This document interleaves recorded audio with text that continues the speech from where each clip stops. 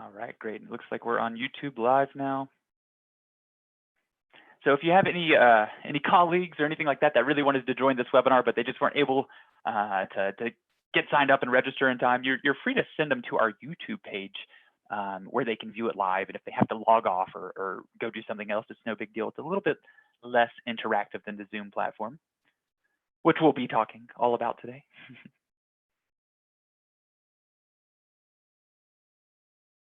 Hi, Jake.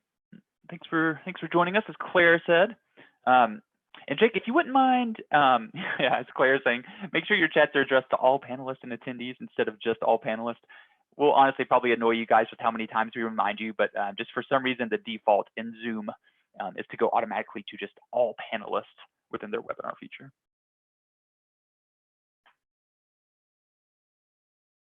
I appreciate it. Thank you.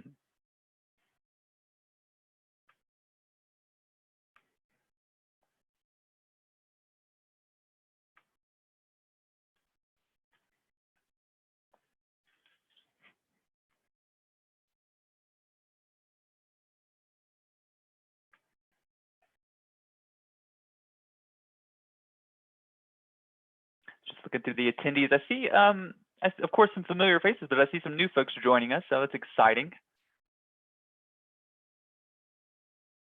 Hopefully we get some folks that have attended one of our webinars before and have an idea of what a normal webinar looks like, because this one's kind of, today it'll be a little, what is it, meta maybe. I don't know if that's the right word. We're going to be taking a look at how we do our webinars.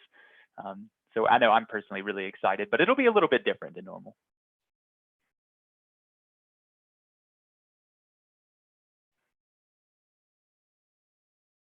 And Greg or Claire, would y'all mind dropping the link bank in the chat box? I know it's a little early, but it looks like we already have some folks on, so they might be able to get oriented. Thank you very much, Claire. So what Claire just posted in the chat box, and we'll drop it in there a few more times, so no worries if you're not getting it, is a link bank or just a resource sheet. So today's not too heavy on the links, but we will be referring to a few different things, and we'll talk about some of our cool resources. And so it's nice just to have that all in one common spot. And so we actually did that as a blog this time. We'll talk more about that. It'll give us a chance to go back in and edit the link bank and to do some more fun stuff with it. And so we'll talk a little bit about that. Hi, Laura. Let's see, Howard County. Where is Howard County? There's probably a few of them in the United States, I guess.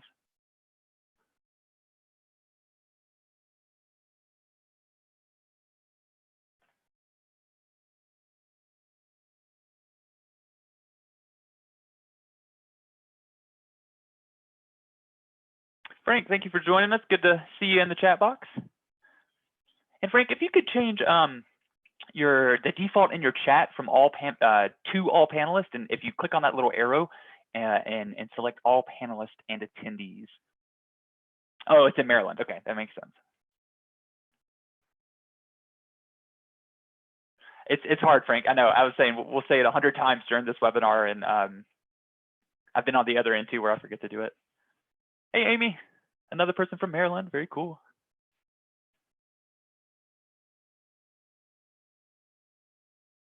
Go Terps and Orioles, right? Those are the Maryland sports teams. And Ravens. Hey, Kathy. Hello, Andrew.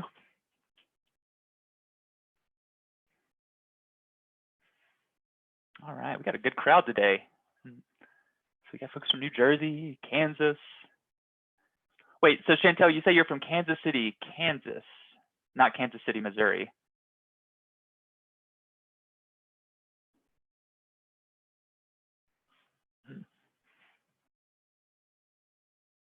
Very cool.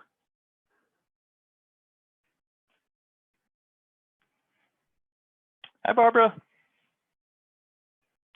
STEM Services Manager in Washington State. That sounds like a really cool job. Oh, hey, Kiva. Nice to see you. I don't know if we've met, but we do a lot of work with Broward County. They're awesome. Good friends with Lisa Jackson. And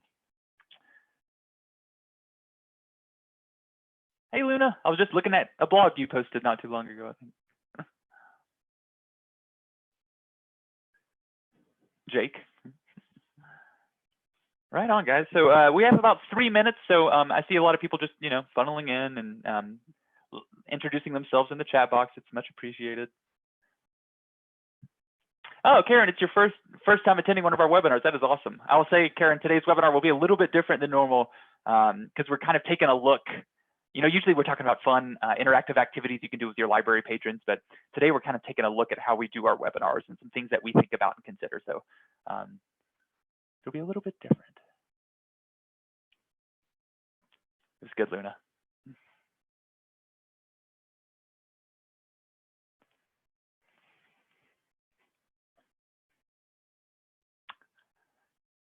And I know we've had a lot of folks join in just the past couple of minutes. So you'll see a link that Claire has posted in the chat box. If you miss it now, don't worry, we'll post it a bajillion more times. That's going to take you to a blog where we have different links and resources that we're going to be chatting about today.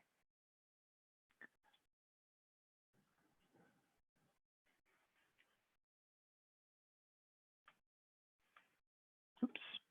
Guys, I'm going to stop sharing this slide just for 1 second to check and make sure our YouTube Live is going well. All right. Jessica, thanks for being in YouTube Live, and yeah, just let us know if there's any good stuff going on over there, or any comments.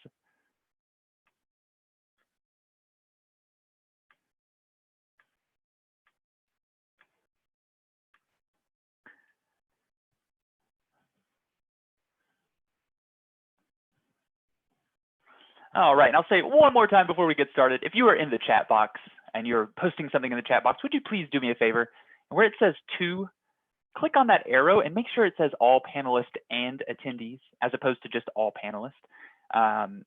If we see your chat come in, we'll remind you. Don't be offended. Don't think we're calling you out. We're just trying to help everybody else out. So yeah, in the chat box again, just under to, make sure it says all panelists and attendees instead of all panelists.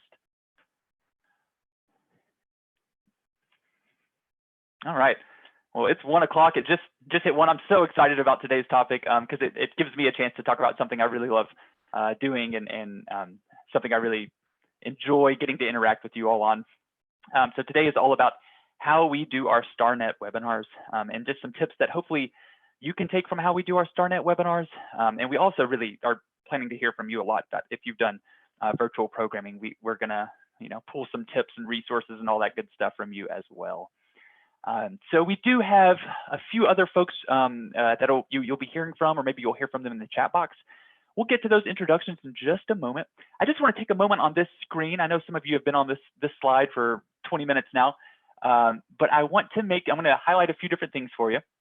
So today's webinar will be recorded. It's going to be streamed to YouTube Live, or it is being streamed to YouTube Live. They can't see the chat box, so if you're finding that I'm reading off the chat, it's for our folks over on YouTube Live or those that are watching the recording later. So you can feel free to find the toolbar. It should be in the top or the bottom. If you're in the chat box right now, you have likely found the toolbar already. So on that toolbar, you can click on a few different things there. That's where the polls are going to come up. That's where the Q&A function is, and that is where the chat box is too. For me, on the admin side, I have to click that more button to get to the chat box. I'm not quite sure what it looks like for you though. But if you're having trouble, I'd recommend actually maybe reaching out to Claire Ratcliffe, one of the panelists, and she could probably help you out just a little bit. Hey, Susan, good to see you. And I'll close my chat for a second so I can stay focused. I have this click the audio join by computer. We also have some dial-in phone numbers. If you'd like to do that route, I have this posted at the bottom, and they should be in the email that Zoom sent you as well. Of course, if you're hearing me say this right now, you've probably already joined audio. So again, in the chat box, if you can make sure that you've changed from the default of share with panelists, have that in red, to the green, good, share with panelists and attendees. So that way we can all see your messages. We'll remind you a bajillion times. And lastly, yeah, introduce yourself in the chat box, which a lot of folks have done already. I see we do have a call-in listener as well. So I'm glad to see that function is working. So for you, as one of the 103 attendees that's in this room right now, you have some customization with Zoom. You can resize some of the boxes. You can move the location of the video and the screens around. You're not going to break anything if you're just a viewer. So feel free to play around with the system a little bit if you're not familiar. Although at this point, with in the COVID-19 world, we've all probably been on a Zoom conference by this point, but so I see some more introductions coming into the chat box. That is great. And so I want to just do a very, very quick introduction. My name is Brooks Mitchell with the Space Science Institute located in Boulder, Colorado. I'm also joined by, that's your cue, Claire. Hi, everyone. I'm Claire Ratcliffe. I am also an education coordinator at the Space Science Institute, and so I'll be helping Brooks out with this webinar. Yeah. And like always, we have a couple of other people joining us too that are in the chat box and doing some other things. But since we're talking about webinars today, I'm going to let them chime in when we get to our section when we're talking about different roles within a webinar, because you might think that it's just me and Claire, but there's actually there's a whole team helping set up this virtual program, right? All right, so a few just kind of expectations and guidelines for today. If you have a question, just because, you know, we have 109 people in the room right now, if you have a question, try to use that Q&A feature. It's just a better chance that it won't get lost in the chat box. And that Q&A feature is on the toolbar. Hey, I'm going to say it again. When using chat, make sure your messages are being sent to all panelists and attendees. Some of us are working from home and tech problems may happen. I know library staff are always super understanding. So yeah, being at home, you never know if you're going to hear a dog bark or if you're going to see a spouse walk through the room or something like that. Or, you know, who knows what could happen with your internet. So fingers crossed today will go smoothly, but I know you all will be patient if something does happen. And I'm just going to check the chat box real quick. All right, just mostly folks introducing themselves, right on.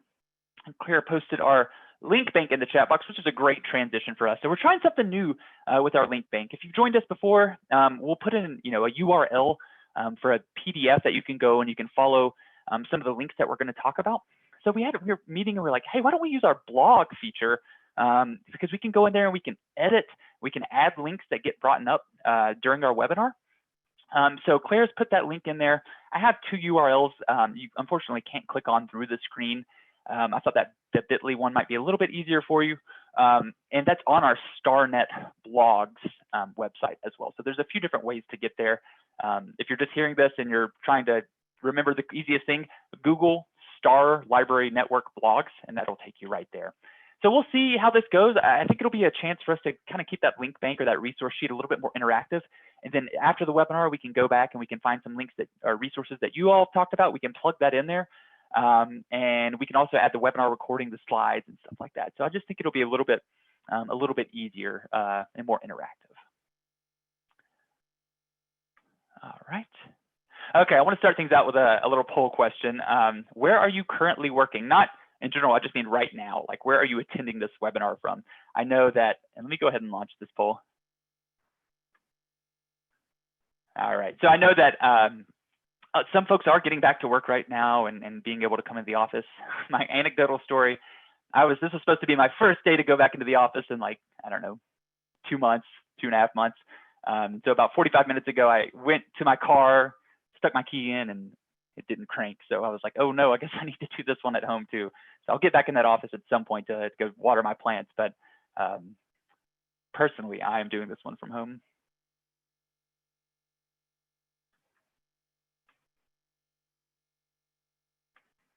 All right, and so it looks like 88 of the 110 have voted. We'll give you about 10 more seconds maybe.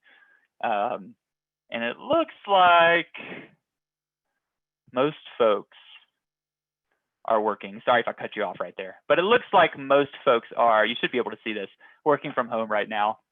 Yep. It's good to see that, you know, some folks are able to get back in their office or library, but, and then I was hoping somebody would choose other, so then I could call you out and be like, where are you working from right now? The beach or, I don't know, the woods? I have no idea. So cool, just wanted to get an idea of where folks were coming from. And we'll talk about a few things that you've probably heard about before, but they're really, really valuable resources. And just, you know, we always kind of talk about our STEM Activity Clearinghouse, our Star Library Network STEM Activity Clearinghouse. Oh, my video is a little blurry there. Hopefully it'll cut back in soon. So our STEM Activity Clearinghouse is where we house over 400, I want to say like 440 plus interactive activities that are meant for the library setting. So these are activities that aren't really designed for a school. They're not designed for a museum, but they're designed to be, you know, open-ended, to be fun, most importantly, because, you know, patrons aren't having fun at your library, they're going to leave. So they're designed to be fun. Not as much lower mess. I used to think library staff loved lower mess. Let me just stop my video and restart it so it will. Yeah, so low cost, not necessarily low mess, but it doesn't really take a rocket scientist to facilitate these activities. So please check it out, our STEM Activity Clearinghouse. It's a really, really great resource. Please leave a review if you do one of those activities from the STEM Activity Clearinghouse. But I will note in this, kind of unique times we're in, the clearinghouse is meant for library staff facilitators. So for a library to lead a program, I wouldn't recommend sending your patrons directly to the STEM Activity Clearinghouse because it can take a little bit of digging to kind of find out, what the activity is and what's the meat and potatoes of the activity, if you will. So I wouldn't recommend sending your patrons directly there, but we do have a great resource for disseminating directly to your patrons and just for yourself as a library staff in this kind of unique times that we're in. So Claire, I'll let you talk about our STEAM Ahead at Home project. Yeah, so just like everybody, we're trying to adapt to these changing times. And so we have created a new resource for you guys and for your patrons called STEAM Ahead at Home. So STEAM programming might not be at the forefront of what your work is right now, but I did see that we do have some STEM specialists on the webinar today. So just wanted to let you know about this new resource. So the STEAM Ahead at Home resource has 3 different bins of stuff for you guys. So the first one is activities that we've put together that we think could be really good for a virtual program. So if you guys are doing a virtual STEAM program, these are activities that don't require a lot of materials for your patrons who are watching from home. They like mainly just stuff they can grab from around the house, but does require a bit of facilitation. So these are really meant for just ideas and activities if you want to do a STEAM virtual program. The second one is stuff directly for patrons. So these are things that don't have to be facilitated necessarily. You can just put them right on your social media or however you're communicating with your patrons right now. These are directly for them, fun activities and resources that they can just do at home as a family. And finally, we have a refresh your skills section. So this is more professional development. So these are archived webinars, maybe some webinars that we found from other organizations that we think could be really helpful for you as a library staff. And this is where we're going to put all of our webinars like the one today. So anything that you guys just need to do for professional development and really keeping your skills up as a STEM or STEAM facilitator. So check it out. The link is at the bottom of this page. The other thing is we send out a bi-monthly, every other week we send out a newsletter that has updated resources for each of these 3 different topics. So you are welcome to just check out the website where we're constantly trying to find new stuff to put out there, or feel free to sign up for the newsletter and you'll just get it right in your email. We have a great question from Gloria here in the chat box. Any copyright issues regarding sharing? Great question, Gloria. All the stuff that we produce is we're federally funded, so it's all free for the general public, and it's for educational use. Absolutely, there's no restrictions for it. Of course, if you were gonna, slap our logo on something to sell, that would be a whole big set of problems. But in terms of sharing with your patrons for educational use, yes, please share all of our resources. Yep. And for everything that we put on our website, if it's not developed by us, we get permission from the source. So yes, you have absolute permission to put this on your Facebook, to put it in your newsletters. It is all free and good to go. Mm-hmm. And Greg, it looks like he's put the link in there for our STEAM Ahead at Home. So just something we're trying to do to kind of help you all out in these trying times, and hopefully it is a nice help for you all. So it looks like I have a Q&A. I just want to open this. Heather, you're asking, can I watch a video and redo it? Do you mean like, if you could elaborate on that a little bit? I think you mean watch like one of our videos that we made and then kind of create your own video off of that to share with your patrons, recreate the video.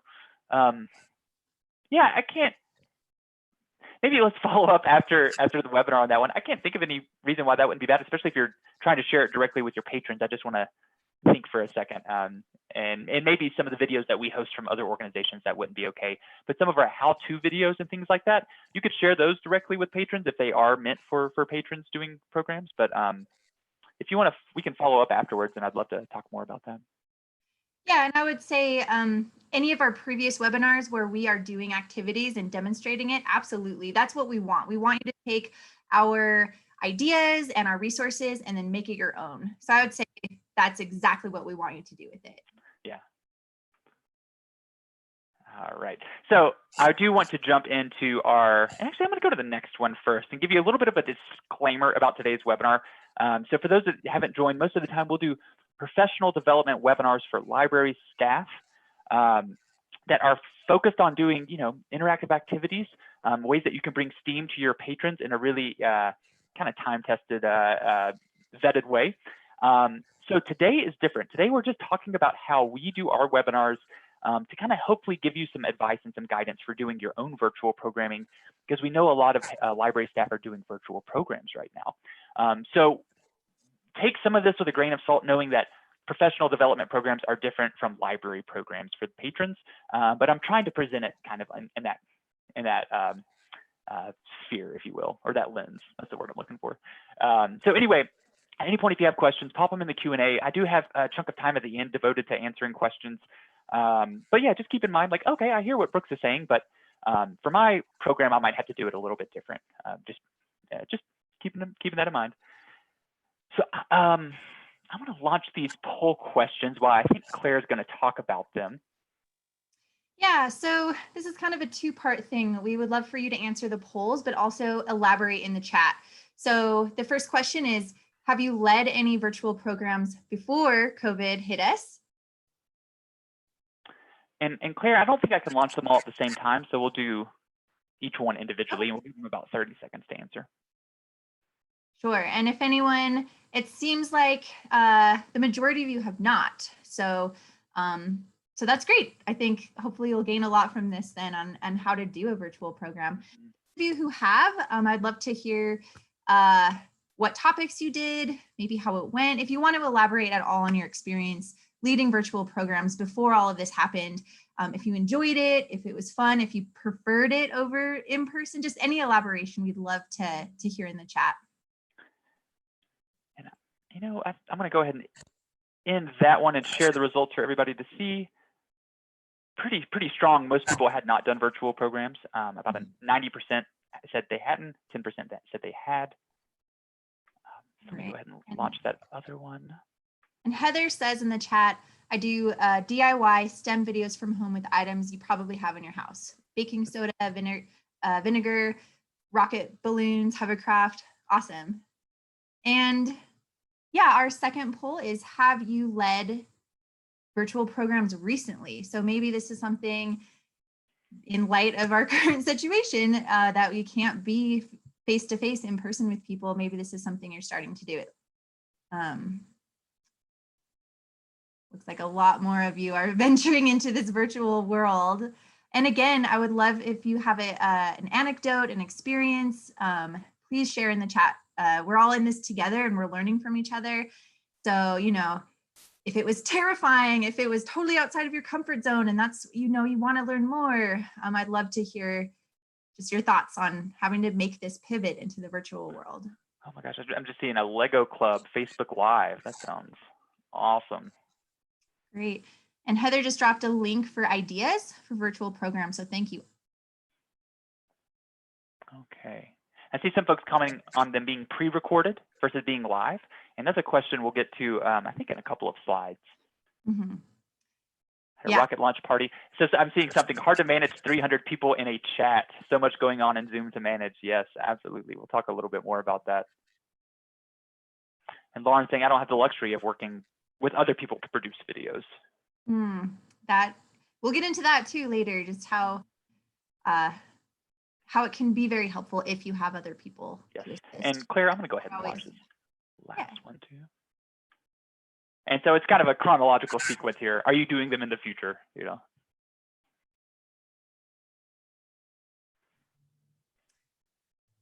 Woo, Kate, sharing the StarNet resources.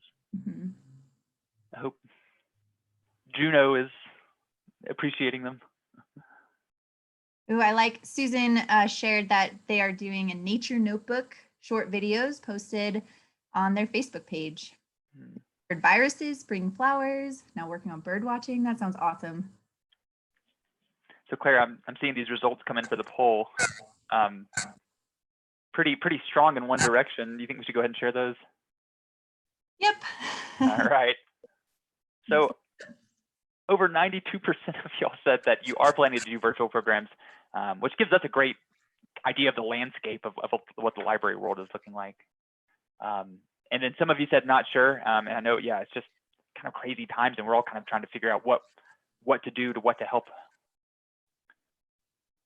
Awesome. Virtual trivia night. That sounds like a lot of fun. That is. Wow. Yeah, Maureen. Their summer reading program will be all virtual. Wow. All right. So I'm going to go ahead and move on just for the sake of time. I thought that we would breeze through this in 5-10 minutes, but of course I was wrong. So it's another thing about virtual programs. You always think you don't have enough content, and then when it actually happens, you have plenty of content. So yeah, we love that you guys are sharing your ideas. So keep it coming. We're here to learn from each other too. Yeah, we have some expertise and some tips, but honestly, you all are the rockstar library staff doing this in action. So I love hearing from you. All right, so my first slide here. Options. We hear about Zoom, we hear about GoToMeeting, WebEx, Google Live, YouTube Live, all that stuff. And how do you find the one that is perfect for you, that has all of those right features, isn't too much, isn't too confusing, it's easy for you to use with your patrons, it's inexpensive or maybe even free? How do you find that right, perfect program that is just the right one? Well, of course, you don't. There's problems with every platform. There's no one platform that I can just fully recommend. I wouldn't do that anyway. There are so many different programs, and they all work in different ways. I can tell you what we've used personally and what works, and some things maybe I don't like about it, but there are positives and negatives to every single platform out there. So something to think about when you are trying to figure out a platform is to think about what kind of message you're delivering and what kind of experience you're delivering. So think about your audience. How are you trying to engage with your audience? I heard some people say we're doing pre-recorded videos that we're putting out on Facebook or YouTube. That's awesome. And some other people are saying, we're doing other programs where we want people to feed back into us. So something like I would think like a webinar right now, this is kind of a little bit in the middle. I'm presenting to you, you're feeding back to me with text. And just given the size of the room right now, that's the best option to me. If this is a smaller webinar, maybe 10 or 15 people, then we would consider that audio video component as well.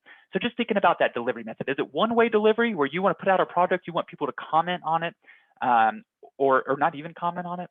Or is it where you're doing it more live, you're doing it more interactive, and you want people to work forward, back and forth? Because there's a right answer, or there's good platforms for both of those situations. So actually, we're going to do another poll real quick. We'll make this one quick. And so what kind of programs do you think you are going to be doing? Like, kind of just take a moment to consider that for yourselves. Are you going to be putting out things for kind of one-way delivery, or are you going to be doing programs that are more two-way delivery, or something else that I haven't even thought about yet that is going to be exciting to hear about?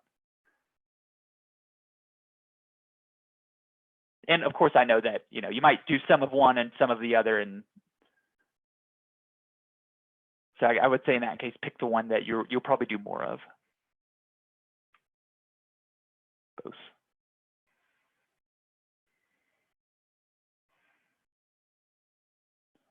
Seeing some great chat stuff coming in. Yeah, you are saying you want to do both. Someone did bring up a good point. Maybe just choose one to start off with. If this is your time trying out the virtual platforms, just give it a shot with one and see how it goes. Liz is saying here, so far our live programs haven't been well attended. Yeah, it's hard right now. I know, with being on Zoom 9 to 5, and then if there's a happy hour or some family Zoom call, it's kind of hard sometimes to actually want to go. And Barbara, I saw you post a link that said it was a comparison of all the different platforms. I would love if you posted that again. Yeah, that is something that we can add to our blog.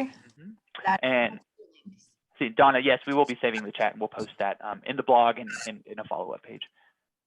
All right. So it looks like 51% to 36% split on producing a video for people to comment, and then, but really, honestly, I'm seeing more in the chat box about doing a mixture of both.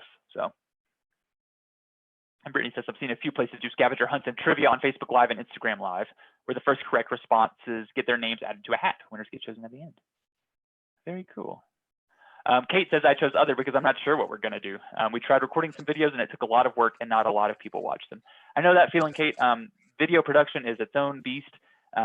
Something I've had success with is doing if I want to create a video that's kind of a presentation or a program, doing it on Zoom like this, just doing it for no audience and then recording it. But actually getting in and using some video editing software is its whole own thing. Ann says, I'm worried about tech burnout too. My numbers have dropped for Facebook Live. Any suggestions would be helpful.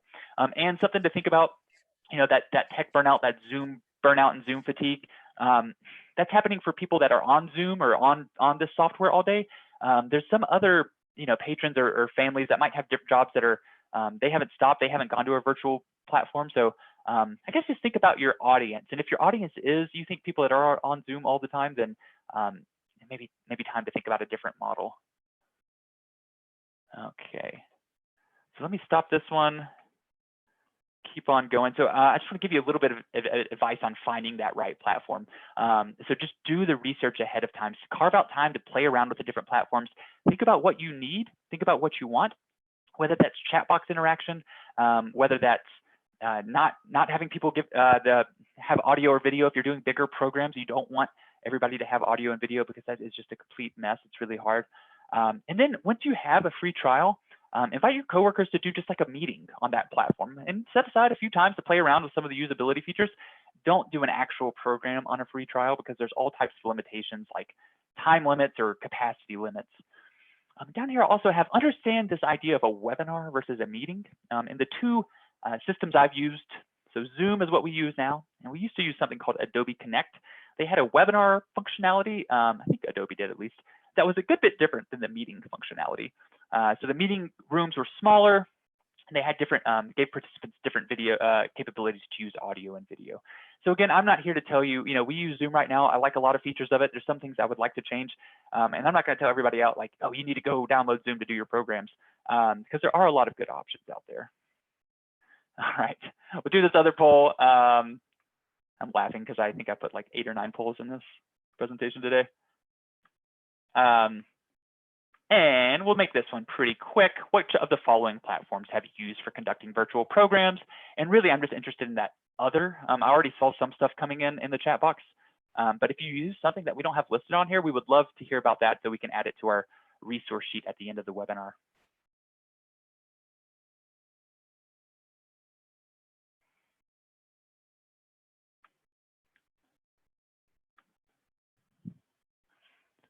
Flipgrid. Hey, and Susan, would you mind, Susan Yellick, or, if you would mind changing your message to all panelists and attendees so everybody can see that? Maureen saying they use Instagram Live. I didn't even think about Instagram Live, but I know a lot of your, your population that you're serving might be on Instagram as opposed to other social media. Frank says Discord. Yeah, Maureen, so Instagram Live would be a great platform for a virtual program for tweens. Yeah, that's one of the positive things about using social media. It's generally free, and you can do live videos, but you can also pre-record a little video and post it that way. So it does for those types of options. Blackboard, that's another one. So Roll20.net for our gaming club. That sounds cool. Using Discord for teens and tweens and a Dungeons and Dragons campaign. And it looks like at some point Kellyanne asked about how to do evaluations for virtual programs. And we'll talk a little bit about that. Zoom has a cool feature for that. Very cool, good stuff. I asked one of our colleagues, Beatrice, to pull out some of the links to watch our recording later and pull out some of the links. So I'm trying to say them out loud to help you or to help her. Is there an age limit for Discord? I don't know about that. Okay, right on. So great stuff in the chat box. Keep it coming. I'm going to end that poll. Oops. and share the results. Most people, 81% said Zoom. Percentages don't quite match up because it's multiple choice. 40% said Facebook Live, 27% said Google Hangouts. That's surprising for me to hear. 21% said GoToMeeting, and we had 14% with other. All right. So I want to make this point that we're really focused on virtual programs and using different internet platforms, but not everybody has the luxury of being connected to the internet or having a really stable internet connection. The lack of internet access can be a huge barrier towards attending these virtual programs. So think about your audience and think about who in your community might not have that access. And I would say consider doing programs over the phone or providing dial-in numbers for your virtual programs. You might not think that this is as big of an issue, but internet access is, can really be kind of a barrier to access. Saying access a lot there, but just in terms of people that live in remote areas that maybe they do have internet, they can check their email, but they can't attend a virtual program. Even across the nation, this is an issue. We had a meeting where we were talking about Colorado specifically, and I chimed in and I was like, "Oh, do people in Colorado really have internet access issues?" Everybody was like, "Yes, of course." And then I remembered when I lived down in the Southwest Colorado and I was interviewing for this job, I didn't have good internet because I lived in the mountains. So I had to go to my public library to interview for this job. So I was like, "Oh yeah, actually I've had experience with that." So using phone programs or at least doing dial-in programs is a really great option. Granted, if it's really visual content, it might not work quite as well. But if it's something that's really audio focused, I would really encourage you all to do that. All right, actually don't think this one is a poll. And Claire, you want to say something? You guys are already jumping right on this discussion, so you're ahead of the game. But we'd love to hear about if you guys have done any phone programs. We heard from one librarian that we partner with that they have made their answering machine story times just for people who don't have internet access. They need something for their kid, something for them to listen to. They can just dial in and listen to the answering machine, and it's a whole story. So what are some other ideas or ways that you guys have maybe incorporated phone or dial-in programs? Barbara's asking for suggestions for these types of programs. Barbara, I've heard mostly story time, but I think people are getting more innovative with it and more clever with it as we're realizing. Like somebody just said, Katie said, she lives in a popular area with 80% of their population has no internet access. Kate said their hometown is doing story time on the local radio. That's very clever. Mm-hmm. And Kellyanne saying, "Hey, any chance we'll have some steam in that story time?" Yeah, I love all of this partnering with a local radio station. It's a great idea. Talking to seniors, giving phone calls. That's something.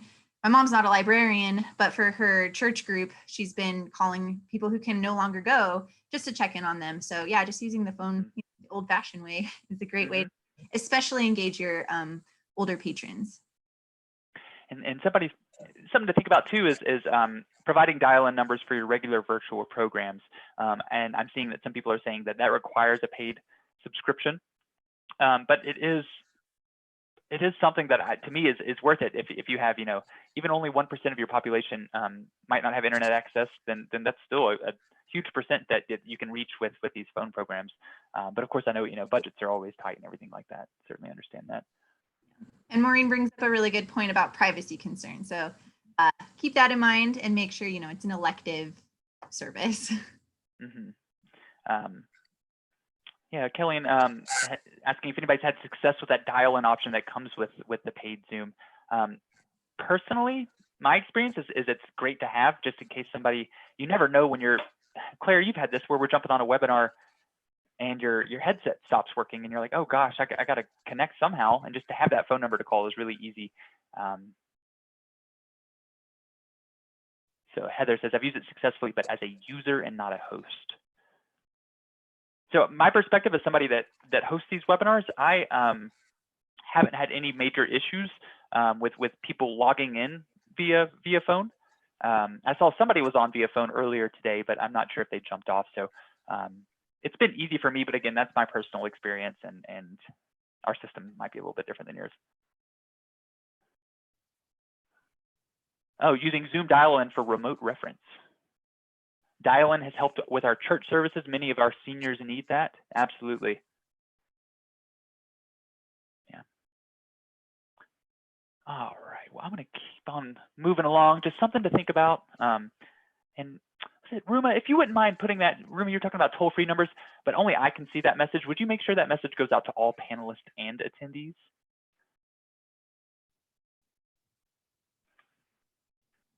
Yes, how to promote the phone number to those without internet. That's right. If you don't have internet to sign up for a Zoom call, how would you even know what those dial-in numbers are? Yeah, so perhaps printing flyers, putting them throughout the neighborhood. Yeah, have their flyers around town. A newspaper promo. Yeah, definitely. We have all of these resources, you know, that traditionally have been such a big anchor for community conversation and communication that we kind of have moved away from. At least I have, you know, with the internet and with Facebook and everything. But now could be a really great time to, yeah, reach back out to the radio station, reach back out to newspapers. Especially if you're allowing people only to dial in and to not speak, but just to dial in and hear, then I think there's no problem with sharing that number out to the public. I would have hesitations just knowing, I know people have Zoom bombing or something like that, where people have come in and trolled or put something like really inappropriate. So that would be a consideration. But if you're just having people call in and kind of getting that one line of communication, then these make a lot of sense. Doing lunch pickups, promoting it that way. Maureen, you made a good comment. If nothing else, this pandemic really exposed the digital divide that we all have, or that is present in our communities, in our nation, and just, I hope that we're making efforts to try and close that digital divide. You know, you're right though. All right, guys, I want to move on to the next one. All right, so I want to talk a little bit about some of this prep work. So we've kind of talked about choosing your platform, if you will, and kind of developing a big picture of your program. But there's a lot of prep work that goes in the months, weeks leading up to a virtual program. So I want to talk first about this idea of promotion. And I think it's really important to have an idea for how many people you want to attend. For webinars, I used to have this idea that more is better. You know, it's great to have as many people as possible. And now we have some really high limit on our webinar room. I think we could host a whole bunch of people, but I don't want that. That would be really stressful for me as a host, and it would take away from your experience as well. So understanding, like for these webinars where I am relying on interactive communication, I don't want to have too many people on here. I think our last big webinar, we maybe had upwards of 300 people, and it was manageable, but the chat box was a little bit difficult. So if you're doing those one-way delivery programs like we talked about earlier, then I think a huge number is great. If you're doing a really small, intimate, interactive program, then I would recommend, yeah, doing a more selective promotion, if you will. So one thing that I've thought about too is like early promotion is good, but too early can be kind of detrimental. So for me, for a webinar that I'm hosting, I'd like to get it up around 3 weeks beforehand. If I promote it 2 months ahead of time, I'm going to get a lot of people that sign up, but in those 2 months that pass, they're going to get a meeting request or an appointment or something like that comes up. So having it to where it's kind of fresh on people's mind and they can sign up and say, oh, you know, in 2 weeks I have this webinar I'm really excited about. I'll block that time off. To me personally, again, just with our audience here, makes a big difference. It could be different with you and with your library patrons.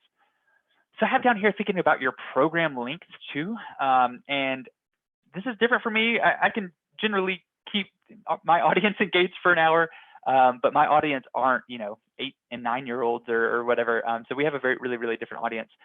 So think about your program length and kind of like what is appropriate. Longer is not necessarily better. A 1-hour webinar or 1-hour, virtual program could seem really intimidating to some of your audiences. So Claire, I'll turn it over to you for this discussion. Yeah, we'd love to hear those of you who have done virtual programs, or sorry, normal in-person programs. Let's think back to the pre-COVID world.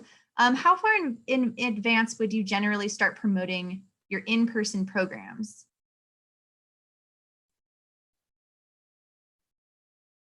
All right, we have 4 weeks, a month, 4 to 6 months. Awesome. Just depends. Yeah, so I'm seeing anywhere between 3 weeks and 6 months. It just kind of depends on the program, I suppose. Yeah, 6 weeks to 2 months. Now, as you're envisioning shifting this from in-person programs to a virtual program like this, how do you think that would change? Do you think it would shorten? Do you think you would need more time to prepare? And I'm sure a lot of this is situational depending on what the program itself is. But yeah, it is looking like most of you are saying you would shorten that amount of time. Yeah, shorten. Yeah, I think a big reason for this is, you know, if you are promoting online and it's on your Facebook page and people see that right away, you know, it's not necessarily word of mouth. They might come across it and maybe it's later that day and they want to attend. I think, you know, for promoting a virtual program, it really comes down to how much time you need to prepare for it. And then just trying to get it out to your patrons as soon as possible. The other thing right now is we just don't know. Like there's so much uncertainty in terms of we don't know what the world will even look like in a month. So maybe you want to get your program out in 2 weeks. And said we actively re-promote a day ahead. Yes, I think that is key. I used to not send the, now I have it set up so it sends an email 1 week, 1 day, and 1 hour before the webinar. And I used to not do that. I was like, oh, it's on their calendars. Surely they'll remember. But since we've re-promoted, the attendance rates have been a lot higher. I know personally that's helpful for me if I'm signed up for a webinar as well. Jennifer brings up a good point. Since we've had to rethink and restructure everything, it just all feels really last minute. I totally feel you on that one. We're all trying to do the best we can to serve our patrons, to adapt to this really unprecedented time. So I think that's okay. You know, you're not alone in feeling that way. Mm-hmm. Yeah, absolutely. I would be lying if I said I wasn't working on these slides last night. So it definitely feels, you know, a little bit more ASAP or whatever. So, all right. So I'm just trying to be mindful of the time, y'all, and I want to make sure we have enough time to do a little Q&A at the end. But I want to talk, and Donna, that's really important. You said consistency is important. Having it on the same time, the same day. I know some of the stuff I've enjoyed, like a cousin of mine is doing a musical hour every Wednesday at 4:30 p.m. And I know that in my head, like, oh, 4:30 on Wednesdays, that's when I want to go see Lee play. And so that's, you know, it's consistent. All right, so I want to talk really quickly about making an agenda for your virtual program. And of course, our StarNet webinars are very different from your virtual library programs. So this is going to be a little bit different. I just tried to find a few things that could apply both ways. So I really like icebreakers in the beginning. You might think that your audience, you know, of course they work well with kids and everything, but I think icebreakers work great with adults too. And it makes people feel comfortable.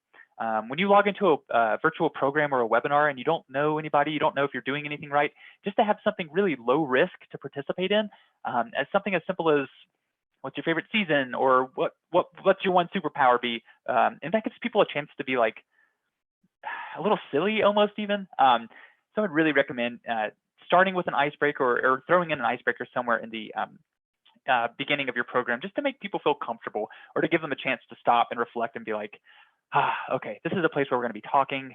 I can learn something. This is going to be fun. That's just my mentality on it.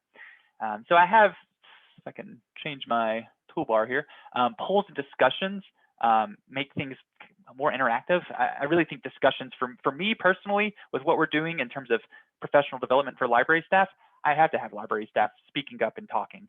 So that is a really important part of our webinars. And I think it should be an important part of virtual programs too. Or, you know, when it's set up in a format that allows that.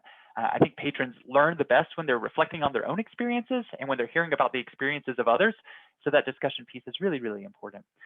Polls, I like polls just because they're pretty quick and easy to roll out. They give you a sense of the room. I like to do polls at the beginning of a webinar to get an idea, like, hey, do I need to adjust on the fly? Like if we had launched a poll that said, have you ever attended a StarNet webinar? and 99% people said no, I would know, okay, I need to take some time actually to kind of set the scene a little bit more. So polls help you get more information. They help you have a better context, and they are pretty easy to implement. So I have everything, like, avoid lumping this all together though. Don't do like 20 minutes of polls, although it might have felt like we did that earlier, followed by 20 minutes of content. You really kind of want to weave it in there.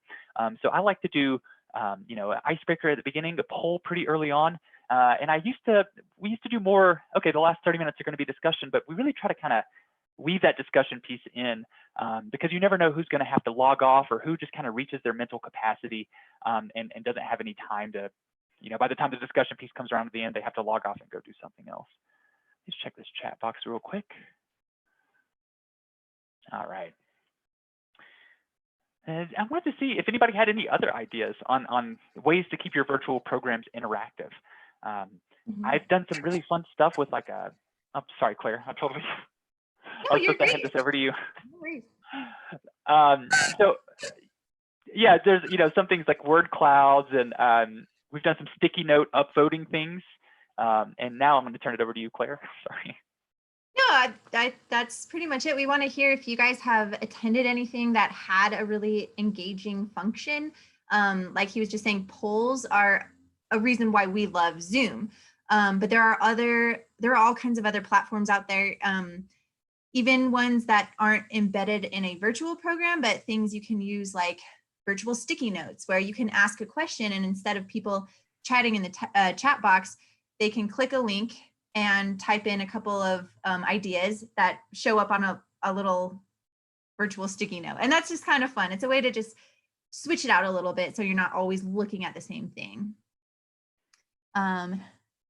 Yeah, so Jacqueline said, I like sharing a variety of images and videos. I think, yeah, mixing it up to make it really visually exciting can be, just make it a lot more fun. Jessica says she likes the polls. It's her first StarNet webinar, so.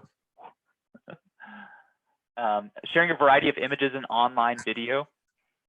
It can be tricky, Jacqueline, like if sharing a video through Zoom can kind of degrade it a little bit, or sometimes you hit play and just the sound isn't working or something like that. So if I am sharing an online video during a webinar or a virtual program, I always like to provide a link for people that if they're struggling to view it through the platform, they can open up YouTube themselves. Yeah, someone was asking about virtual whiteboards. I have never used one on Zoom, but I just dropped a link in the chat that has, it does have a pricing. It costs money, but it is a way to bring in on a virtual whiteboard. Yeah, and we'll talk a little bit about having a backup plan in terms of not just sharing video clips, but just your overall virtual program experience too. Luna, I have not had trouble with any Zoom hacking. I'm interested to see if other people have, but we're requiring registration to where you have to register with your email. And Zoom, the company, is trying to really address that. Now you can have a password be required in order to enter just a meeting. So I think if you are concerned with that, especially if you have little ones attending your virtual program, it might be a really good idea to have a password to just protect who enters the room. Yeah. And Jacqueline, that's a great point. I don't want to get this too into the nuts and bolts of how the Zoom software works, but there are some tricks if you are sharing video. You can click a button to optimize the sound to make sure you're sharing the sound, and you can share it advanced sharing features instead of just the regular ones. But there's YouTube tutorials for that. Yeah, and that's great. Zoom has a waiting room functionality, so the host is the only one that can let anybody in. That's another safeguard that they've created to address that issue.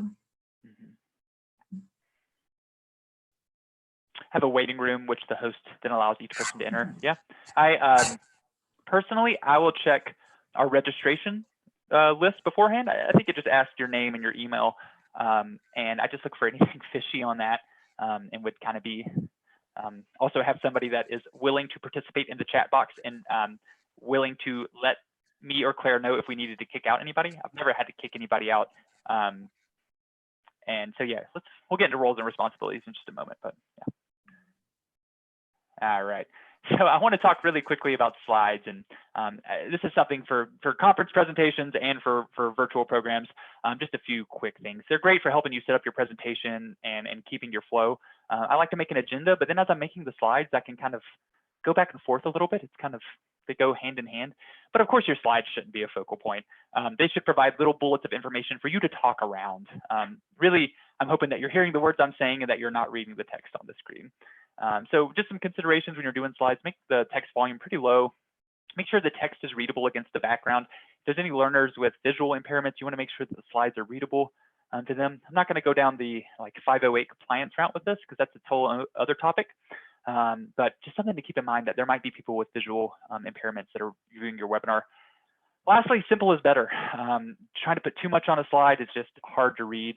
And we'll go to this next slide. So here's just some tips here. I'll just pause and let you guys kind of go through that.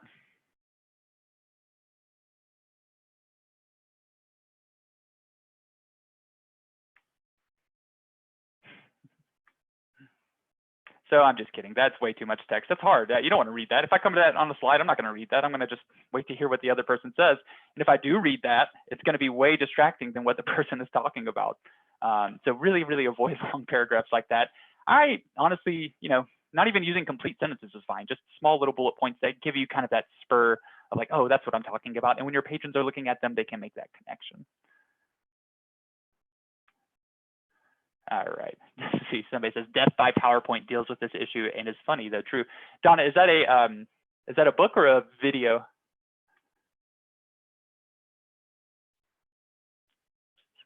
A YouTube video. Okay, I'll have to check that out. Yeah, there's lots of videos on instructions on doing. I hear you, Maureen. Yeah, on doing effective PowerPoint slides. So I'm just gonna keep on moving on for these next few minutes, guys. Sorry if I hope I don't rush through this, but talking about doing that evaluation piece, we do post-program surveys. So whenever you exit out of this or whenever I kick you out of here, you will get redirected to a SurveyMonkey link. And it's just like 3 questions. And at the end of that, I should say, you'll get your certificate of attendance if you need that. You can email me for that as well. But it's good for getting direct feedback. And I just, my thoughts on this, we always do a post-webinar survey. And maybe for the first year or so, I asked, mostly the same questions. I would every once in a while throw in a different question. And then I had to stop and think, like, what am I actually doing with this data? Am I just asking people to fill in whether they liked it or not, or am I actually doing something actionable? So try to ask questions that you can act upon. I love hearing what you all would want for a webinar. And maybe if you don't have any questions related to that, just keep it really, really simple and just say, do you have any suggestions for improvement? So Zoom, I do like how when you log off, it automatically directs you to that SurveyMonkey link. When I've had to post it in there beforehand, it's just I don't get a lot of responses. So again, that's a really quick and easy way to do evaluation. Okay, roles and responsibilities, man. I'm running behind. All right, so running a virtual program is not a one library staff job. It is not a one facilitator person job. When you're presenting, you want to be focused on the content and leading the interactives and reading the chat box when you can. You don't want to be flowing through and looking at every single comment in the chat box and not really be in the moment. With that being said, it is super helpful. I love interacting in the chat box, but just to have somebody else that is working with you, and if some good nugget of information comes up, that they are capturing it and they're responding to it. So with that being said, everybody say hello to Kelly and LeConte in the chat box. And we also have Greg Mosshammer, who's in there dropping links too. So you might think this is just me and Claire, but no, it's me and Claire. Kellyan's doing the chat, interacting there. Greg is dropping links in the chat. Our colleague Jessica Santascoy is on the YouTube live, interacting there. So it is really you need kind of all hands on deck. You should have a lead person. And let me go to my next slide. So a lead person that's coordinating the major facets of the program. They're doing the promotion, they're working on the agenda, putting together slides or taking in slides from other people. So kind of that main coordinator. Usually that's me or Claire. And then you have your second presenter as well. So that's the person that is, maybe developing their own content, developing a few of their slides, but they're not tasked with the technical side of things. Again, this is how we do it, and it could be completely different for you. But I like knowing the tech and knowing how to be flexible and troubleshoot if something does come up. So we have the second presenter role here, chat box support, somebody that drops links and kind of monitors the chat. Like I said, I've never had to kick anybody out, but with more and more virtual programs, you never know if you get trolled or something like that. And then chat box support for other platforms. So we stream ours on YouTube Live because occasionally we reach our capacity and we have to direct people there. And it's just an easy way to have another platform. But that's very one-way delivery. I can't see what the people on YouTube Live are saying right now. In the past, when we've had really big webinars with 50 people on YouTube Live as well, I have somebody feeding me comments there that I can address, just to make it a really interactive experience for both the people on Zoom and the people on YouTube Live. And then when you're saying it out loud, it helps for the recording as well. I want to go back to this point, have somebody that is, if the platform allows it, that you can have a secondary host that if your computer crashes, your internet goes down, somebody else can kind of take the lead and resume. So right now, Claire and Kellyanne are both alternative hosts.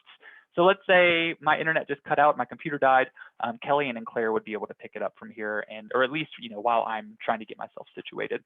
I'll say the one time I've had this happen, where my computer just completely died, was also a webinar where I was trying to facilitate it all by myself with no help, just not because nobody was willing, because I was being stubborn about it, and it was kind of a disaster. But yeah, mistakes do happen. So I'm seeing a lot of chat box stuff coming in. Yeah, I want to address a question that was asked earlier. How do I find the tech setup for all of this? So what we use, each of the people who have a role, they do have their own computer. So like Brooke said, if something were to go down, we could use another computer. And I know that's not always accessible for every single library, but if you can, it really helps for each presenter and even the chat box person to have their own computer that they're working with. We also have web cameras that aren't embedded in the computers, and I think that can help a lot too, just with visuals. And as you can see, Brooks is wearing headsets, so that can really help with background noise. So there's all kinds of stuff that you can get. And someone also mentioned that they were managing to do this all by themselves, and I think that's where other platforms come in handy. So there's pros and cons of everything. I think if you're going to do a Zoom webinar such as we're doing today, having multiple people is really clutch. But if you're doing a YouTube live video, you could do that by yourself. And so it really just depends on what resources you have available. But if you can get extra people to help, it really makes it go a lot smoother. Mm-hmm. See some comments right now. Webcams are really hard to buy right now. I hear that. If your laptop, I will say I have a webcam right now, but this being high quality is not the purpose of this webinar. So it is nice to have a talking face up here and to see somebody. But if you're using a lower quality webcam, that's okay. To me, having higher quality audio is the most important thing. Could you use your phone as a second camera on Zoom? That's a great question. I'm not totally sure about that. Heather says you can try it. If it's newer, it should work. So I don't know. All right, everybody. I'm going to skip through that discussion. Sorry, yo. I just wanted to give you a few last kind of quick tips when you're actually facilitating your program. And honestly, this is a chance for me to launch into a discussion with that last bullet point. But so I would say facilitating your program personally, I try not to read from a script. It just makes it feel like we're actually in the same room together. We're actually talking and having a conversation, as opposed to if I was just, kind of monotone reading off of the script. Some people do that. And if you're delivering content heavy stuff, then maybe that works for you. But I think it kind of creates a more at-home feeling of being a little bit more informal. Like I said, read out the chat box for those that are watching the recording later or can't keep up with the chat box. Also, be flexible. Don't stop a good conversation. I have like 4 discussion prompts that we might not actually get to because like you guys are participating, like you're providing a lot more information in the chat box and really engaged. So I don't want to stop that good conversation and those helpful advice. So those are just a few quick tips. Hopefully you've set yourself up enough to where you're comfortable, you feel confident with your content, and you're not like struggling to look around and be like, oh, what am I supposed to talk about next? That you've set yourself up to be in a good spot to be comfortable and facilitate well. So I'd love to hear from you all. What facilitation tips do you have for those of you that have done virtual programs and are just starting to get used to them? What, whether it's making eye contact with the camera instead of your image or anything like that. I love this one. If you make a mistake, it only shows you are human. Yes, you will make a mistake. You will say something that is not right or stumble over your words, and it is completely okay. You get nervous because it's recorded and you're being broadcast to everybody, but it's okay. People make mistakes.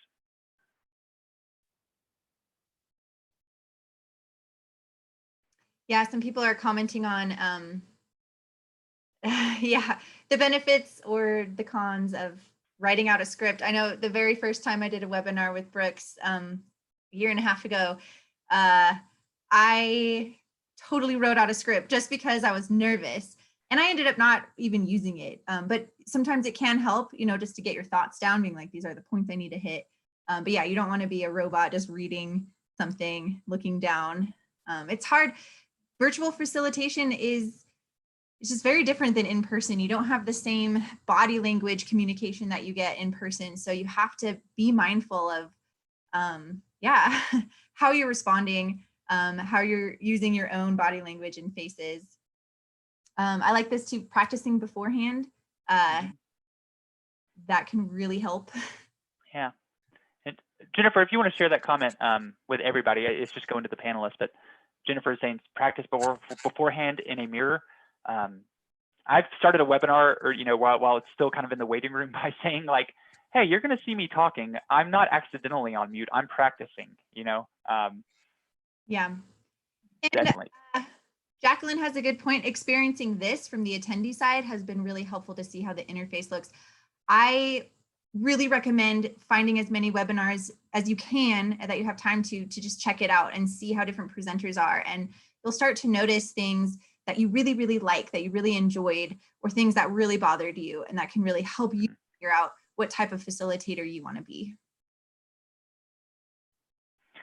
Frank, this is great advice. It takes work, but do not get flustered with tech issues. The best thing you to do is get comfortable with your tech setup before you do anything. If you can, try to understand why you do each of the setup steps instead of blindly following instructions or doing things by rote. That's great advice. I know if for some reason my camera, it's just a work in progress, trying to not get flustered when you notice something's going on. But as you interact, for me, it's easy because library staff are so nice and they're so helpful and everything like that. Also, you know, those tech challenges, those are great stories for later. Have several of them. The time I did a webinar with a scientist that worked on Mars, and we were both huddled around my small laptop camera because everything else shut down. Yeah. Or we had a scientist that worked on the Cassini spacecraft, and it was his turn to talk, and he grabbed the laptop and pulled it closer to him and completely disconnected everything. Stressful at the time, but fun. All right, everybody, it's 2 o'clock. I wish we had more time together, but I know some people have other meetings to jump off, and I want to make this a nice round 1 hour session. So I really, really, really appreciate all your feedback. We might have to do another kind of like get together and just chat about some of this stuff, because this is really, really, really helpful. Greg just posted the webinar certificate. You're going to be redirected to a SurveyMonkey link as well. And you can get your certificate of attendance there. Please provide any valuable feedback. And I hope this has been helpful to kind of have a look at how we do our webinars. I just saw a Q&A come in. Vicky, how do I switch from laptop face view to a closer up view of a craft? You can have multiple cameras, and you can do that, toggle that through the video, like the arrow button by your video. You can toggle through different cameras, and you can also share your screen, but you're sharing a camera. So your face is up here, and then you have a second camera as your shared screen. I guess I would say look it up on YouTube. If you have any questions, or if you want to follow up with me, please feel free to send us either Claire and I an email. We'd love to chat more, and we all hope to see you all soon. Please stay well, stay safe, and just keep on doing the amazing work that you all are doing, bringing awesome resources and learning experiences to your communities. Thanks, everyone. Bye, everybody.